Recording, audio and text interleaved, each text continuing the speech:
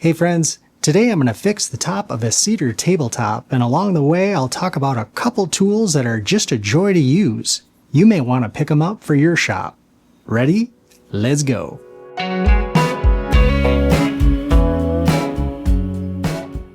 A while back I found an outdoor table in the trash and tried to refurbish it. It didn't work out, I was on a deadline, and so I built my own outdoor table. Alright, it's tool time. One of the favorite tools that I have that you'll see pop up in this video is this Japanese hammer. It has two faces. One is completely flat and then one is domed.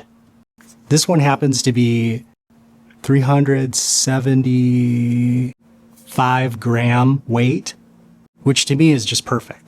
This is a hammer that I reach for more often than not.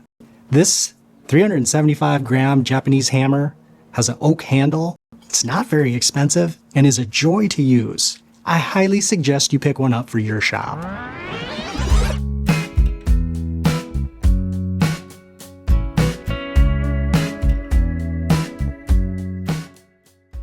In the rush, I made a few mistakes, including putting an outdoor urethane varnish. It didn't last, and it doesn't look good.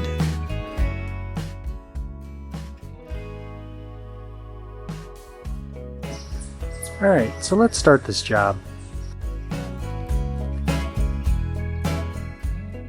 Another one of the mistakes I made was not cutting off the rounded edges on the 2x4 cedar lumber. So the way I'm going to restore this is to cut it into smaller pieces that I can run through the planer.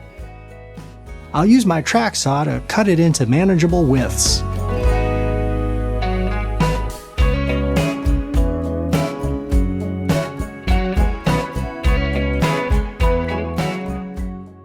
The planer is a necessary evil.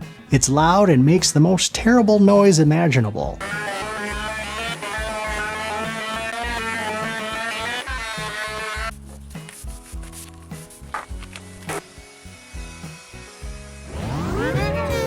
Here's another tool recommendation.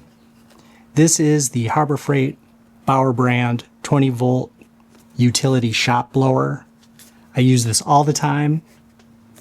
I really like and appreciate the Harbor Freight platform for its affordability. And I really recommend that you pick one of these blowers up for your shop. Next is just a matter of gluing up a fresh tabletop out of the refreshed parts.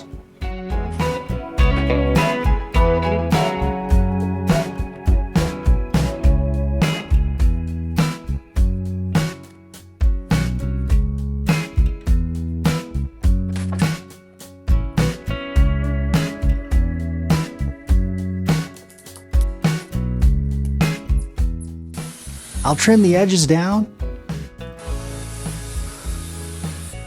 and then I'll use a router to put a round over along the edges and a chamfer where the umbrella pole sits in the center of the top.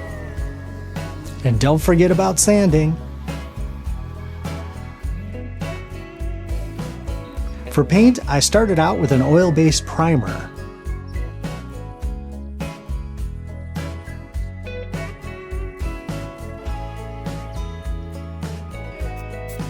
And then used white spray paint with a hammered metallic finish.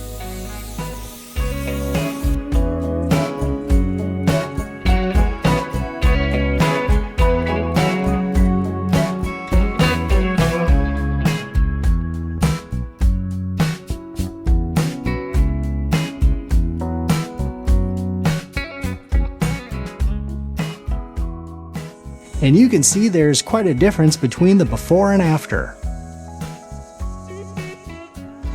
And I even went so far as to 3D print a little grommet that the umbrella can go into. Thanks for tuning in, and we'll see you on the next video.